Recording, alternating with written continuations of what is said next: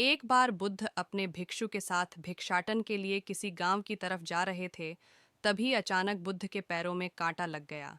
कांटा इतना तीक्ष्ण था कि चुभते ही रक्त की धार निकलने लगी।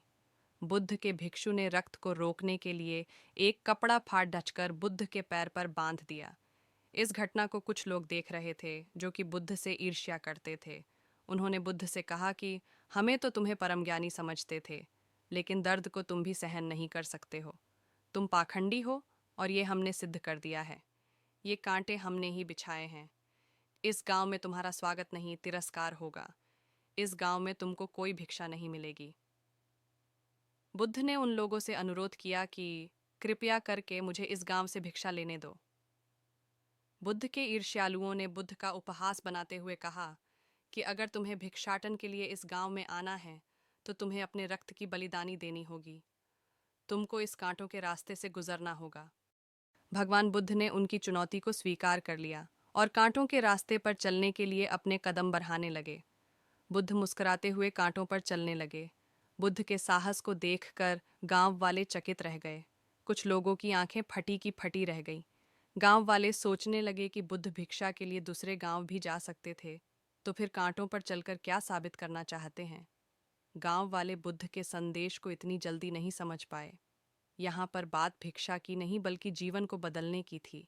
गांव वालों की भीड़ में एक सौमित नाम का युवक था जो बुद्ध पर हो रहे अत्याचार को देखकर द्रवित हो गया। सुमित दौड़ ढाकर गया और बुद्ध के पैरों के सामने से कांटे को हटाने लगा। बुद्ध के ईर्ष्यालु सुमित को रोकने लगे और गांव से दाना पानी न देने की धमकी देने लगे। सुमित ने किसी की न सुनी और कांटों को हटाते हुए बोला, हे भगवान, आप इन मुट्ठी भर लोगों के अपने आप को कष्ट मत दीजिए। आप गांव में प्रवेश कीजिए। बहुत सारे लोग आपको भिक्षा देने के लिए आतुर हैं। बुद्ध ने सुमित को अपने आस बुलाया और आशीर्वाद देने लगे। सुमित पीछे हट गया। हे भगवान, आप मुझे छूकर अपने आप को अपवित्र और दूषित न करें। महात्मा बुद्ध ने कहा, तुम अपने आप को दूषित क्यों कहते हो?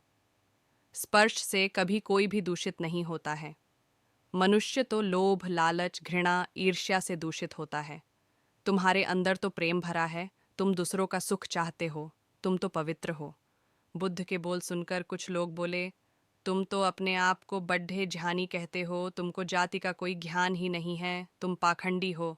बुद्ध बड्ढे ही शांत स्वभाव से कहते हैं, मानव से मानव की मानवता छिनना पाखंडी की निशानी है।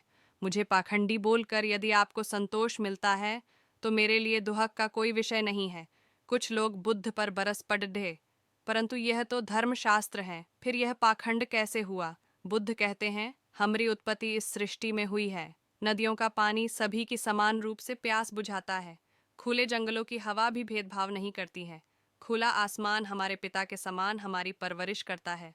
सृष्टिकर्ता ने भी कोई भेदभाव नहीं किया है। फिर हम इंसान कौन होते हैं भेदभाव करने वाले? मानव मानव में भेद करके अपने संबंधों को बिगाड़ डालता है।